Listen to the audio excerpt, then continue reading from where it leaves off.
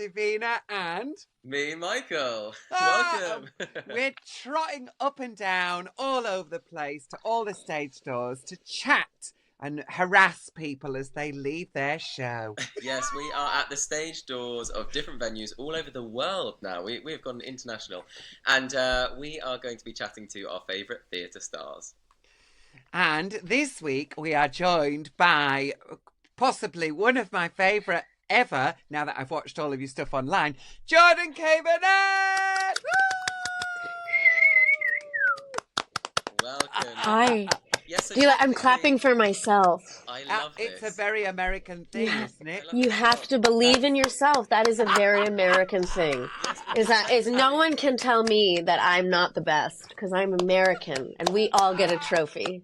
We do need to point out the hair, don't we, before we start? Like, look at this guy. Yeah. It's amazing. Oh, it's amazing. So it's gorge. The hair is giving ScissorHandz every day, all day. You win. Huh? You win the award, I think. Sorry, Davina. Well, I did have.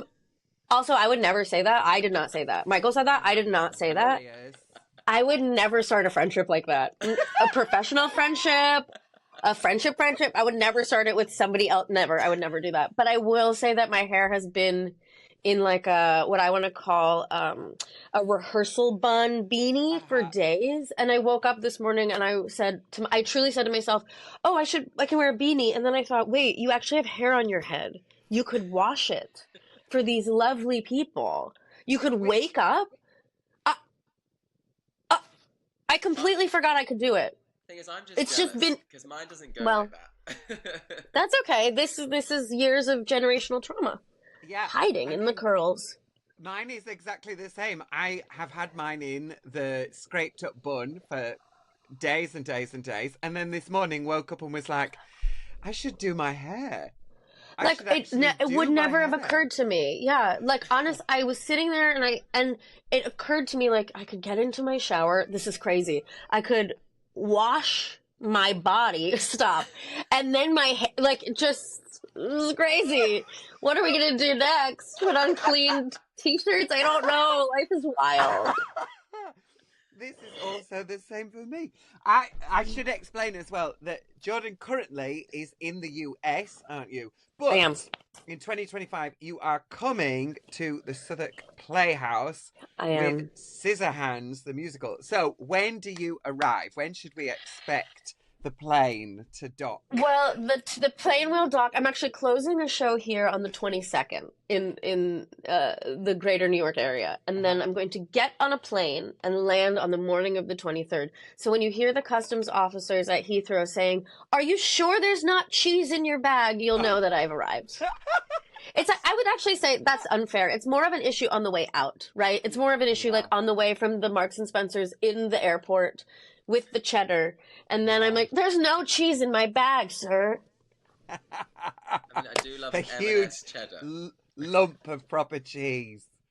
Oh, it's truly like if I have this little tattoo, and when I first got it, it didn't have a cheese, and I thought, "What have I done?" And then they put the cheese, and now you can't really see it, but it's just like a little cheeky picnic. Anyway, a friend of mine runs a cheese and wine shop. I'll have to get some sent to you. It's like posh cheese as well. I'm so interested in being posh. I have absolutely no business doing it, but I would love it. You know what I mean? I feel like I could be very good at it if someone would ever let me.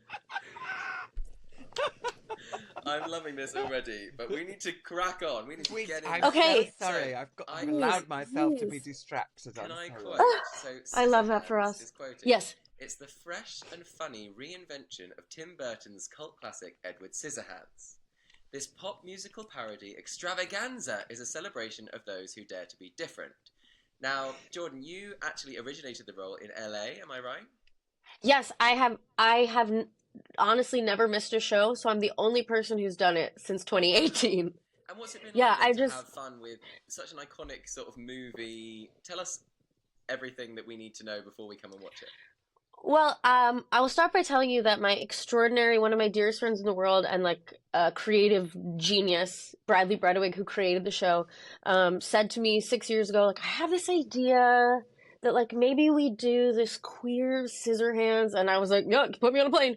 Like there's nothing that would have gotten me on a plane faster than this particular brain saying, do you want to do something queer? And it's a Tim Burton reinvention, because I think especially like if you're a person who's 28, but it feels a bit like I'm 28 as well. So I don't know we're all 28. Yeah, oh, good for you. Congratulations. That must be nice. I think there's like a thing about Tim Burton movies that, while looking back at them, a lot of them are very problematic. I'm not going to get into that right now. There is something about them that always gave space for like that unidentifiable I'm different, they're different. There's something about his movies that always felt inclusive. Like, in a lot of ways, absolutely not, and I stand by that, and I know that that's not the case in a lot of ways, but for, like, a sort of, like, confused theater weirdo, trotting through my little baby life, I think, especially ScissorHandz, hit a place in my heart that just felt like, oh, I get it. That makes sense to me. And so the show started as in this great place in Los Angeles that no longer, I'll do like a little RIP, called Rockwell, which was sort of where all of the New York theater kids would make shows in Los Angeles when we were absolutely not booking anything else. And we would just have this like great time making fun theater together in a way like the new musical Titanic. That group of people came out of Rockwell. For the record, that I think they had a residency in London a couple years ago, came out of Rockwell. It was this beautiful little inspirational place where you could like drink bourbon and eat truffle fries and make art. And so it started there. We did it there in 2018 and 2019, and then obviously the pandemic happened, and then we were fortunate enough to move it to a different venue last year. And over time, it's really grown from being, I always call it a queer Christmas Fantasia. Because that's what it feels like. It feels like a bit like some parts parody camp, all the things that we love about that, but also deeply rooted in that thing that we love about Tim Burton movies, which is like that aching romance, that sort of aching, deep desire to be loved. And so I think it sort of falls into all of those categories. I don't even know if I answered your question. I just started talking, which is my favorite thing to do. I did that as well. Yeah, I should start a podcast, but I have Marco Polo instead. But yeah, I think like that's the important thing to know is that like, yeah, it's a parody. Yeah, it's a musical, but it's everything. It's all of those things. And inherently at its core, we haven't really changed anything about the show except for the fact that when someone who is like me, who is pronouned the way that I am, plays ScissorHandz, the show becomes different. And what does it look like to have a gender fluid human playing this part? And what does that mean for Kim? And what does that mean for understanding, the world the way that we do now? And, how does it land differently in our world now than it did, 10, 20 years ago? Yeah.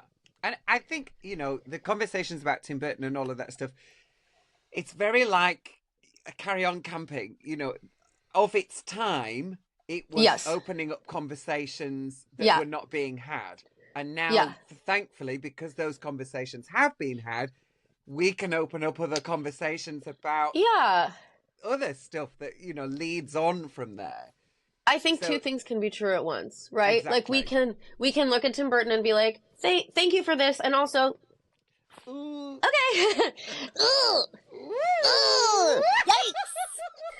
But this isn't Tim Burton. This is a lot of really excellent, inclusive, brilliant, queer, wild humans putting on a musical. Yeah, which is I've really enjoyed actually looking.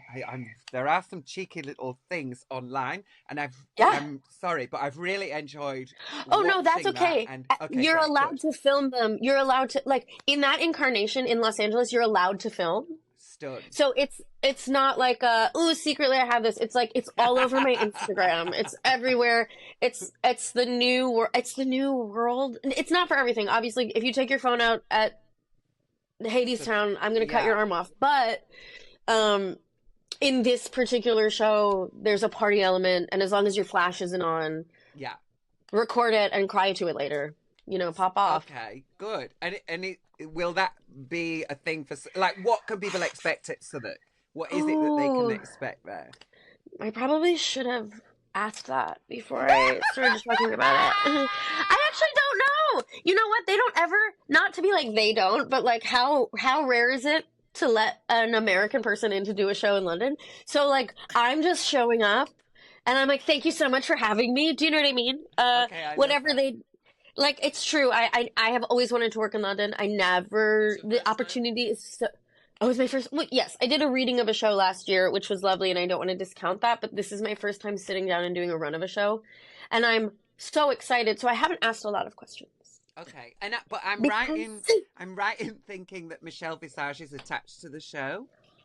Yeah, yeah. She's one of our producers. There we go. Are you kidding? You do? Well, I did Drag Race. Right, but I don't. I mean, look. I watch shows, but I don't know who's really friends. Yeah, I mean, I wouldn't say that we're really friends. We've worked together. Yeah. You're coworkers? Exactly. She's never picked up the phone and been like, hey, girl, how you doing? Let's go for But coffee. when is the last time you called her? Do you know what I mean? Maybe you need to call her. Yeah, she wants her number. I think it might be the restraining you know what? order. We're going to work on that. We're going to work on that as a team. I will say, though, it is a pretty wild experience to have Michelle Visage, who I love just because I'm a person who has a television. Like, talking about the show that you've been doing, like, that you thought would never leave the bar.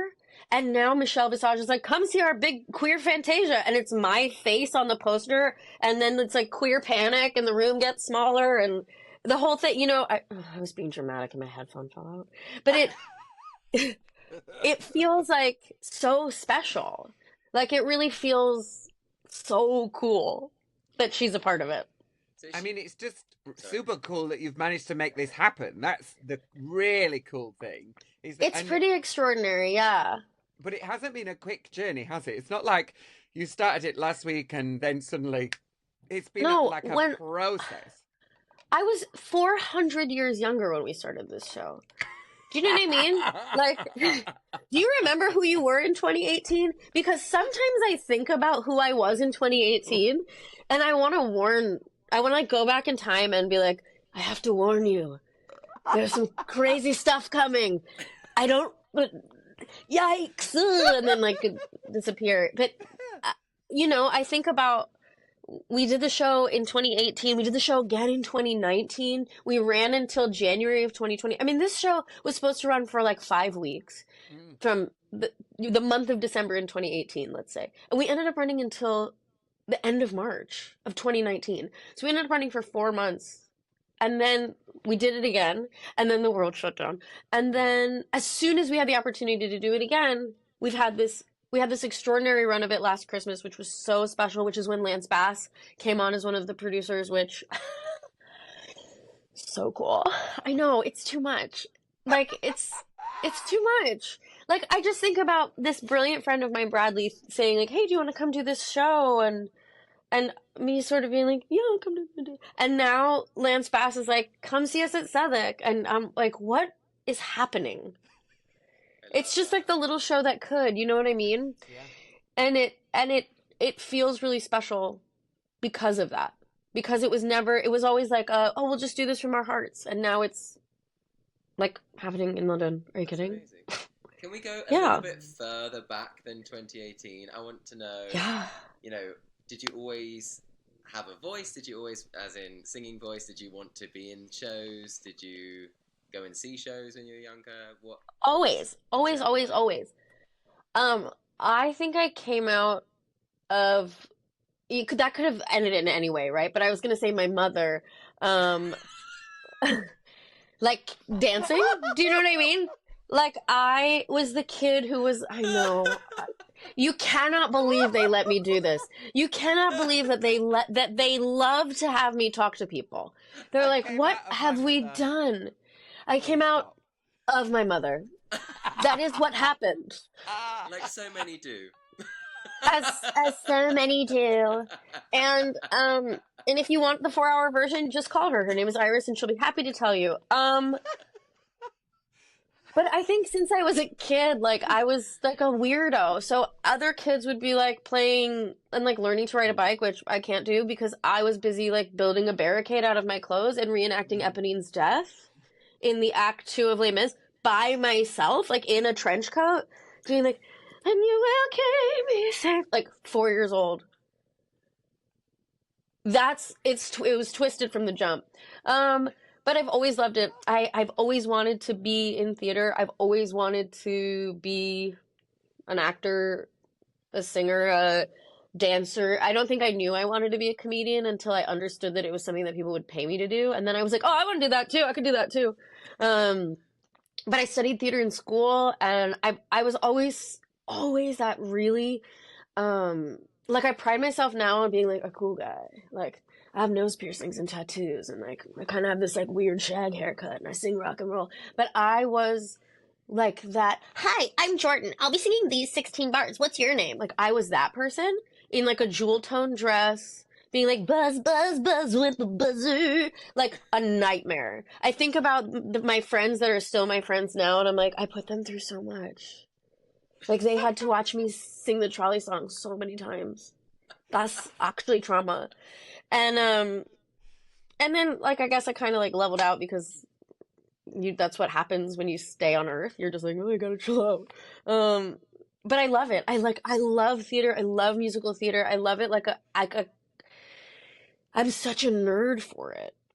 And I always have been. Yeah. Oh. Like, yeah, let's test it. Yeah. We're ready for it. So, you've got 30 seconds. Okay. To name as many musicals as you can. Are you ready? On my dirty phone. Wait, hang on. Is it any musical, like Anytime, Golden Era, New, anything? Any musical. Okay. Just as many as you can. Okay. Go.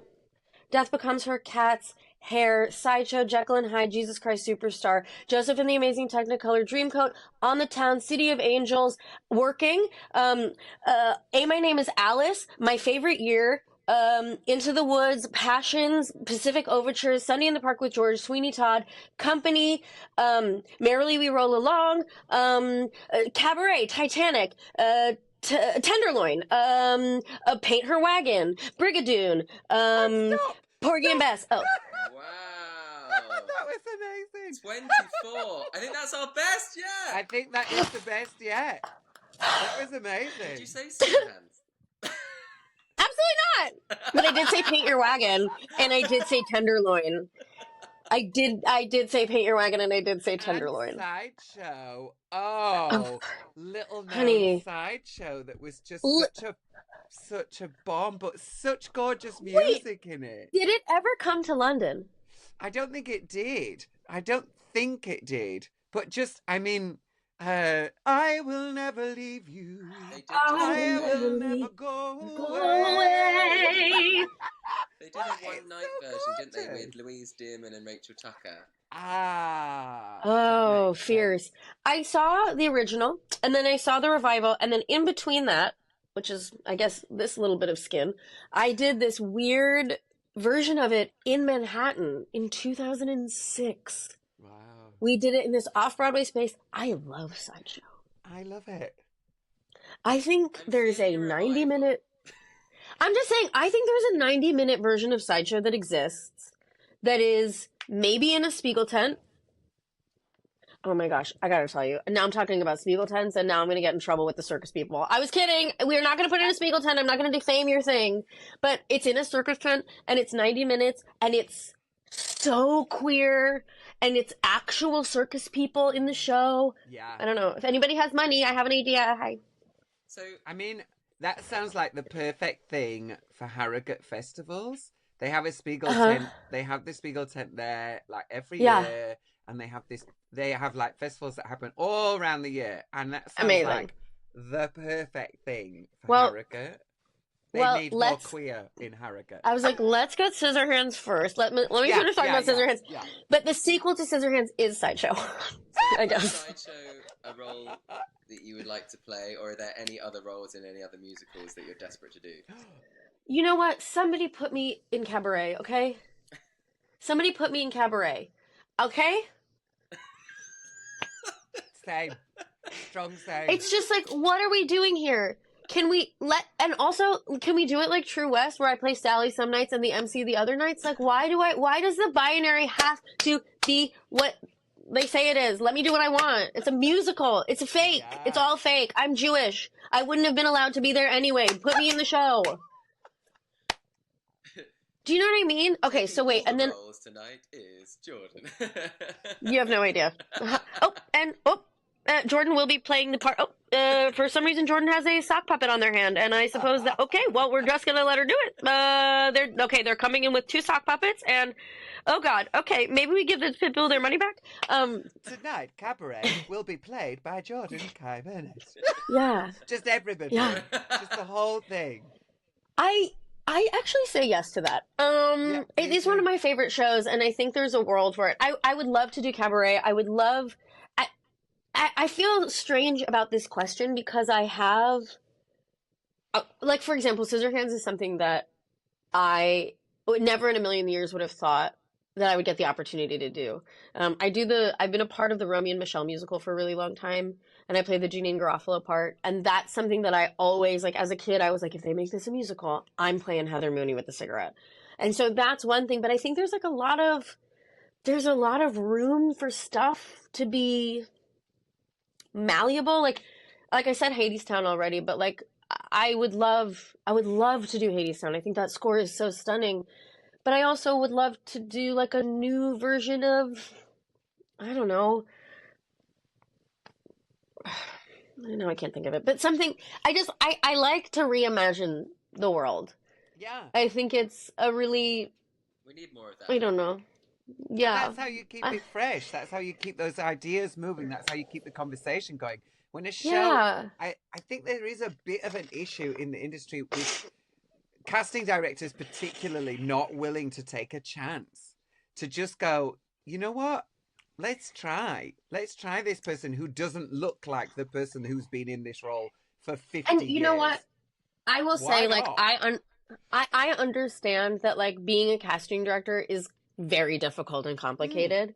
And for me to walk into the room and be like, my whole life, I look like this, okay? I'm a very obvious Elphaba, okay? But in my heart, I'm a Glinda. Yeah.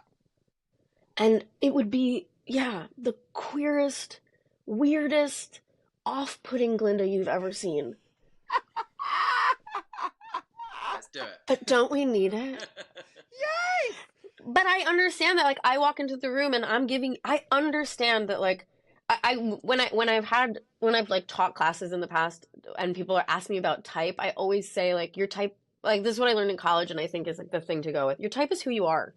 Isn't that it? Like, if someone wants to reimagine something because they think Edward Scissor would make a great musical and they want to reimagine it on a gender fluid human who kind of already looks like Johnny Depp in that era, like, I'm down. I am here, I am present, and I'm ready to party.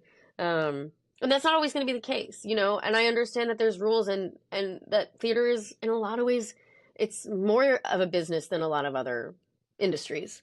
Because we have to make art, but we have to be able to survive because it is a job. And people forget that sometimes. They're like, well, isn't it just for fun? And I'm like, fun? Yes, I love it. But this is what I do. This is how I feed my dog children. Yeah. It's also that I do have to feed Please, myself. can we see the dog? Oh, yeah. Oh, yeah. Give us the dogs. Give us the dogs. Little baby sons. Come here. Someone come here and do something cute. I can hear the foots.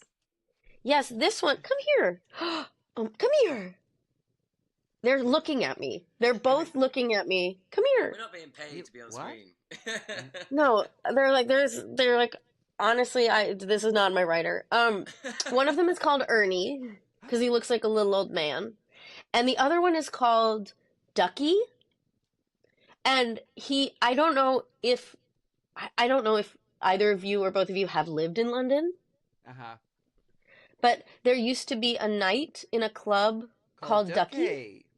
With, what's Amy Lame. Amy Lame used to run it. So that, and this requires more backstory than it's going to get right now. But my husband used to work there. And when we were naming our dog, I said, "What about Ducky?" And he said, "Oh, you know what? That used to be my favorite night in London." And so we just landed on Ducky, that's about as much as I have to. That's it. I know about M&S cheese and that one night. That's it. Percy Pigs and that one thing. Love a Percy Pig. We all need to go Yeah, big time. What? Me? We can go for a picnic, maybe. Please. Michelle Visage once we. Where are we going to go for? I'm sorry. Where are we going to go for a picnic in London in January? I'm curious. Spain. Inside Spain. Yeah, Spain. That is the perfect answer. I feel like I need to talk more about the show. I'm having a very good time, but I need to make sure that you're good. You're good. Don't worry. Okay. There's plenty here. Okay, great. I'm having such a nice time. Yeah, you're giving us the drop on what's happening. When you do the show, though, have you got any routines before you go on stage? Is there anything that you like, apart from the warm-up and all that stuff, is there anything that you're like, okay, I do this thing before I go on stage? Judy Garland used to, at the side of the stage, stand at the side of the stage and bang on the wall and scream, "Fuck 'em, fuck 'em, fuck 'em, fuck 'em." I'll bleep that out. But, do you have any... isn't that outrageous? That's outrageous. I love that. My favourite story. But also how free she must have felt. She just must have been like, no wonder she was Judy Garland. When I'm ready for she's ready for a fight, and when I'm really ready for a show, that's how I feel. Like I'm ready. I'm going to war. I'm going to war. Yeah. I'm gonna kick these fuckers in the bollocks, and they're gonna live. They're gonna live for the whole show. So, what is your thing that you do before you get out? It's like when I think about it, I'm like, yeah, okay, I warm up and I stretch and I eat Lay's potato chips because they're good for my cords, and the yellow ones, and I eat Albanese gummy bears because they're also good for my cords. And I wish I had something more charming than I eat potato chips. But I'd only learned that this year, that actually kind of like an hour to an hour and a half, it's quite a good idea to eat a packet of salty crisps because the salt helps the moisture get into your oil and I'll tell you, it's real. And also, if you like to snack, it's really fun. But I will say that ScissorHandz is the only show I've ever done, and I used to dance when I was younger, and even then I couldn't do this. ScissorHandz is the only show that I can do where if I have 2 shows a night, I can eat a fried chicken sandwich in between the 2 shows. Which sounds insane, but I'm going to tell you, I have never felt so free as putting on a full leather bodysuit and eating. I mean, it ends up being like half because I get full and I have to run around and not get sick on stage. But a spicy chicken sandwich, and the crunchy and the spicy and the grease for my cords and the fuel in my body. And for whatever reason, all of my anxiety about my body goes out my window. What window? Goes out the window. And all of a sudden I can eat a spicy chicken sandwich in a bodysuit. And I feel like, let's go. And it's so silly because I think so many of us in this business spend a lot of time wasting our energy saying horrible things about ourselves. And it would be so cool to replace that with literally anything else. And I think we're working on it as a human race, being kinder to ourselves. But in that moment, especially at the top of the show, the thing I will say about ScissorHandz is that it's not just what you think you're walking into. It also is a rock concert. It also is singing from your guts, having your hair blown back kind of singing. And there is something about really fueling my body and putting on that leather bodysuit and those scissors on my hands and feeling like I'm Axl Rose. I'm let's go. And it feels like, ugh. And I think that's sort of the closest thing I have to this. It's not being afraid. Yeah. Sorry, no, I was just going to say, is that the advice you would give to someone starting out in theatre? Would it just be like, feel yourself and just let everything go? Oh my gosh, don't let anybody say anything mean to you. They're gonna say it. Let it go out. If I could trade in all of the times, like now I'm getting all like, but if I could trade in all the times that I was unkind to myself for basically anything else, I would do it in a heartbeat. Because even now, like, look, I'm cool. I like, pretty much, I like what this does. This is pretty much what it does. It's not doing much more, not doing much less. But I think just coming up in theater and being a person whose life and business have a lot of crossover, and putting myself out there over and over again, and do I look right? Do I look like this? Do I look like that? Am I this enough? Am I that enough? It really piles up into a lot of ick that I would love to have gotten rid of a lot sooner in my life, that I'm still battling getting rid of. But I do think that there's something about playing this, like embodying this now queer icon, you know, who maybe was a queer icon to me when I was a kid, but I didn't really get it. And I was like, am I bisexual? And now I get it. You know what I mean? Like watching Johnny Depp in a leather bodysuit and Winona and being like, I'm confused. But stepping into that now, and feeling the power that it feels to be like on 2 feet and know who I am in this part. Yeah, I think that's the thing I would tell anybody, that if you're going to be in theater, just like, you have to be a stupid American and you have to believe in yourself. Like, you just have to believe in yourself. Like, I don't even call myself an American. I call myself a New Yorker because I'm not an American. I'm a New Yorker. But there is that sort of like absolute American mentality of like, everybody gets a trophy. And I think like that is helpful. If you believe you should have a trophy, it's going to be a lot harder for people to tell you you're not going to have one. I love that. I think that's great advice. I think that's great advice. So we've got a little thing to finish. I'm going to sing a line from a song, and then you finish the line. And then if you can give us a line from ScissorHandz, and we'll get somebody else to complete that line. All right? So Gorge, okay. I've picked the song from a show that you've already mentioned. So, a tiger is a tiger, not a lamb, mein Herr. There it is. Yes. Okay, stunning. So now we just need something to finish us off. The start of a line. I gotta think of something really good. And also, I don't know that we mentioned a lot of the music in ScissorHandz is already like, it's more like a jukebox kind of vibe. Yeah, it's a mixtape. I think of it as a mixtape because it's a lot of 90s energy. Yeah. And I think that's like an important part of it. But you know what? I'll give you a simple one because I feel like this is going to be, I don't even sing this one, but then I don't think we'll get tricked. Okay. It's the most wonderful time. Oh my God. Okay, yeah, fave. Absolutely. That's good, right? Someone wants, that's an easy one. 100%. They should get that. Absolutely. Jordan, it has been such a joy to chat with you. Thank you. My pleasure. I hope that I'll see you at the show. Yeah. When does it run? Let us know. Well, there we go. That's the right answer, right? January 23rd. January 23rd is first preview. January 30th is opening night, and we run until March 29th, baby. We got 10 weeks in London. Don't miss us. Oh, it's a real run. March 29th. Yeah, that's amazing. Maybe it's the 27th. Let's say the 27th in case I'm wrong, because I don't want you to show up on the 29th and you see the wrong show. Excuse me, is this ScissorHandz? Excuse me, Southwark Playhouse, is this ScissorHandz? Just kidding, I know it's Southwark, it's a joke.